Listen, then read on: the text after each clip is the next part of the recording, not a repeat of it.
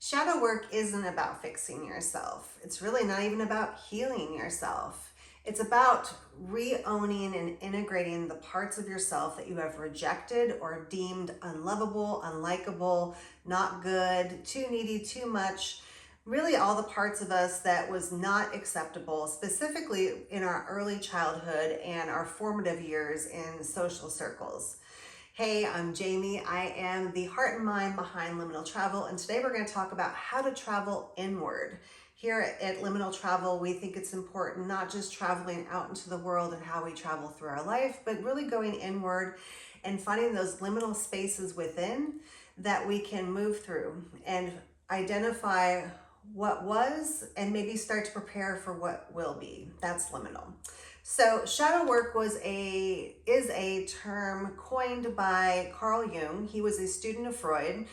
He thought Freud was too fixated on sex, and so he broke off, and his theories were very much influenced by Eastern philosophy and Western esoteric thought.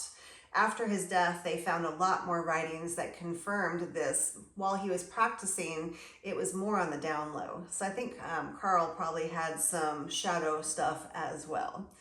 So how does a shadow show up?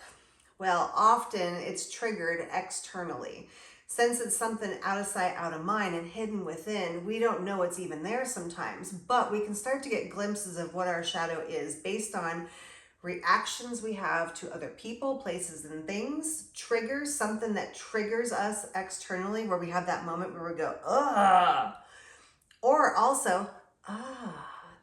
The shadow isn't just dark and bad and unholy and evil. That's really not even that for most folks. There's also the golden aspect of the shadow. All the parts that we have told that we can't do, can't be, could be something that we really want to do and would be good at, but we've been told that we shouldn't do that. I had a friend who really loved music, but she had a teacher who said, "You're never going to do music." So she pushed that part of her down, and that became a golden shadow. So a shadow isn't just something bad.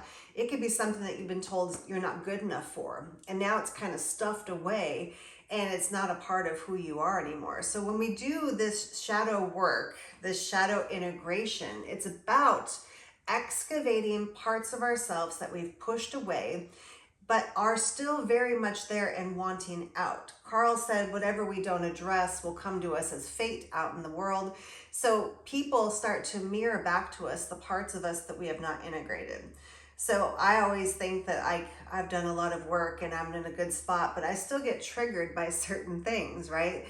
Usually there's an impatience trigger that I have. When people are short with me, I often get triggered. And then at that moment, I want to respond in the same way. But if I can sit back and witness the trigger and notice why I'm getting triggered, that's how you start to integrate. Oh, that person has tipped me off because they're impatient.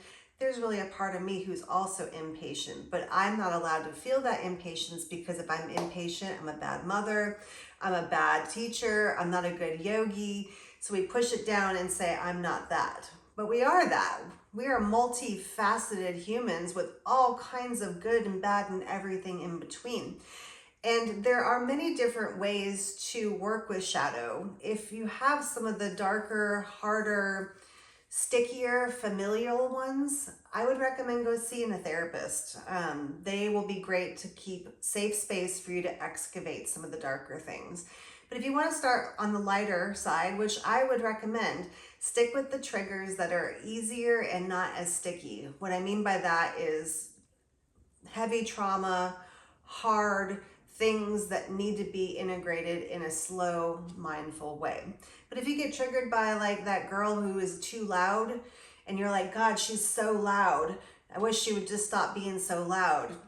That could be mirroring back to you a part of you that's been told you should be quiet.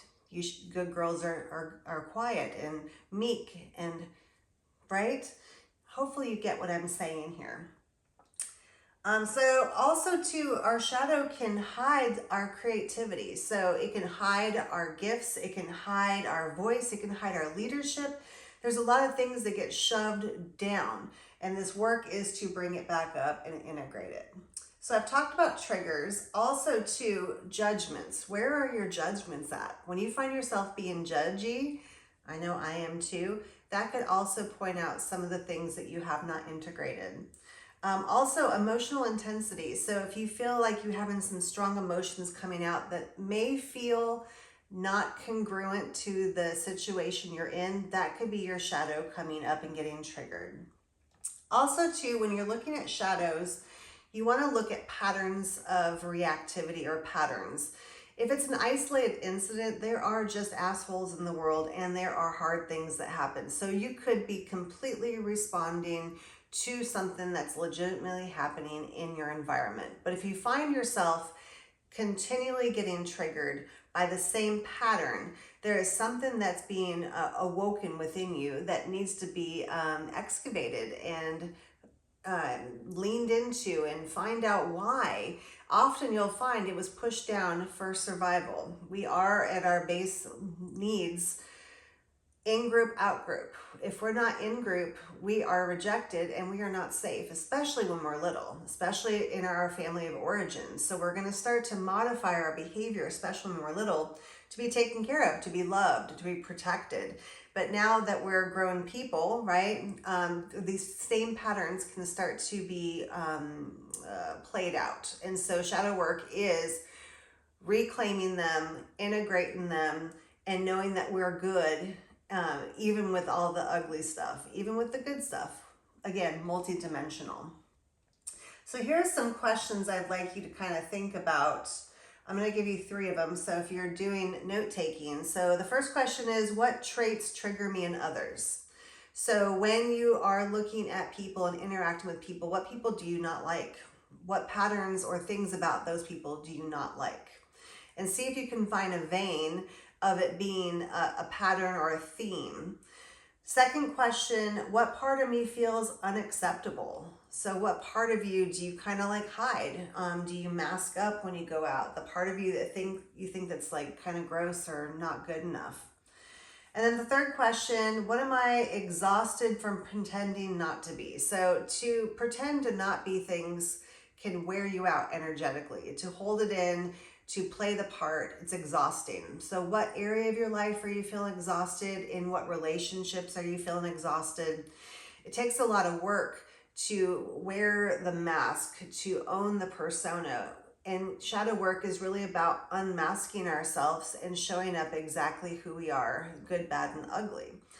And in the world in general, this may not be safe. There might be places where you can't fully unmask, and that's okay.